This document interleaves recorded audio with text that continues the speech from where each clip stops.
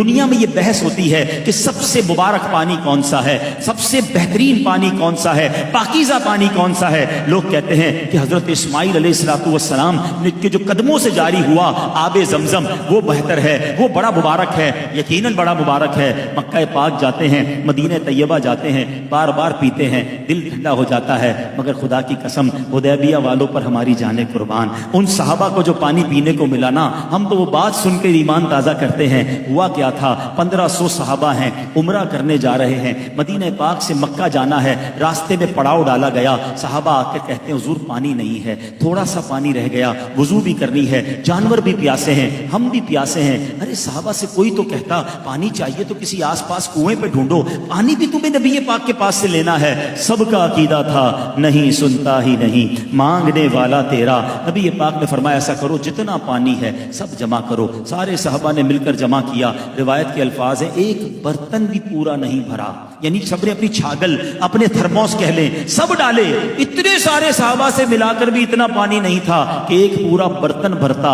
اللہ کے حبیب علیہ السلام نے کیا کیا، ہم نے بڑے واقعات سنے ہیں کہ حضرت موسیٰ نے اپنا عصا مارا تھا، 12 چشمے زمین سے جاری ہوئے۔ جناب زمین سے پانی نکلنا عقل میں آتا ہے، آج بھی بورنگ کرو تو پانی نکل آتا ہے، پہاڑوں سے چشمے جاری ہوتے ہم نے بھی دیکھے، پتھروں سے آبشار ہم نے بھی دیکھے ہیں، مگر میرے آقا کی شان نرالی ہے۔ آقا نے کوئی عصا اٹھا کر زمین پر نہیں مارا، ٹھوکر کسی پہاڑ پر نہیں ماری، اللہ کے حبیب نے اپنا مبارک ہاتھ جو ہے اس پیالے میں رکھ دیا۔ صحابہ کہتے ہیں اپنی آنکھوں سے دیکھا، 5 انگلیوں سے فوارے جاری ہو گئے، ایسا پانی جاری ہوا۔ ٹرائی ٹو انڈرسٹینڈ، آج شاید 200-300 لوگوں کی دعوت ہے، عبد الاحد سے پوچھو کتنا پانی رکھا ہے، کتنی کولڈ ڈرنک رکھی ہے، ایک آدمی کے لیے 2-3 کولڈ ڈرنک اور پانی کا نظام رکھنا پڑتا ہے۔ یار 300 مہمان ہیں، 1500 صحابہ ہیں، کافی دیر کے پیاسے ہیں، وضو بھی کرنا ہے، جانوروں نے بھی پینا ہے، سوچو کتنے ٹینک پانی کی ضرورت ہوگی۔ صحابی کہتے ہیں اتنا جوش تھا، 1500 صحابہ نے پانی پیا، جانوروں نے پانی پیا،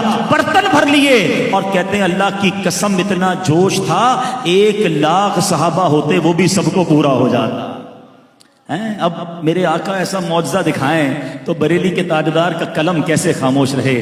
آپ کیا کہتے ہیں، فرماتے انگلیاں ہیں فیض پر ٹوٹے ہیں پیاسے جھوم کر، انگلیاں ہیں فیض پر ٹوٹے ہیں پیاسے جھوم کر، ندیاں پنجاب رحمت کی ہے جاری واہ واہ۔ حضرت قتادہ کی آنکھ کی بات کروں، یہ صحابہ کی ٹوٹی ہوئی پنڈلی کی بات کروں، کسی صحابی کو لکڑی پکڑاتے وہ نورانی ہو جاتی، کسی حبشی کے چہرے پر ہاتھ پھیرتے تو وہ نورانی ہو جاتا۔ ارے کس کمال کی اور کس اختیار کی بات کروں۔ ارے آج تک ہم نے سنا ہے کوئی کسی کو مال دے سکتا ہے، کوئی کسی کو کھانا دے سکتا ہے، چلو کوئی کسی کا علاج بھی کر سکتا ہے، مگر یہ کبھی نہیں سنا تھا کہ جناب کوئی کسی کو یادداشت اور حافظہ بھی دے سکتا ہے۔ حضرت ابو ہریرہ کہتے ہیں آقا کے قدموں میں ہی رہتا تھا، مگر پرابلم یہ تھا روز حدیث سنتا تھا، یاد نہیں ہوتی تھی، سبق یاد نہیں ہوتا تھا، بڑا افسوس ہوتا تھا، اتنی پیاری موتیوں جیسی باتیں سنتا ہوں مگر حافظے میں کیوں نہیں رہتی۔ صحابہ کو پتا تھا what ever problem solution in the court of رسول پاک۔ چلو آقا کی بارگاہ میں پہنچ گئے، حضور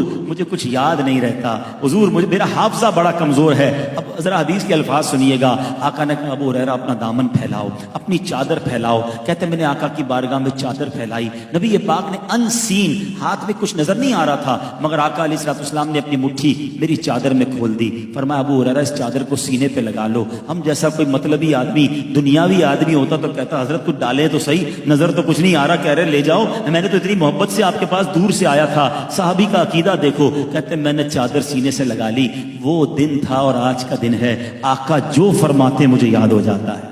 اور اس کا مظہر پتہ ہے کیا ہے، علماء بیٹھے ہیں، سارے صحابہ میں جس صحابی نے سب سے زیادہ حدیث روایت کی نا وہ حضرت ابو ہریرہ رضی اللہ تعالیٰ عنہ ہیں، یعنی اس سے پہلے انہیں یاد کچھ نہیں ہوتا تھا اور آقا نے وہ عطا فرما دیا کہ اب جو نبی پاک فرماتے انہیں یاد ہو جایا کر۔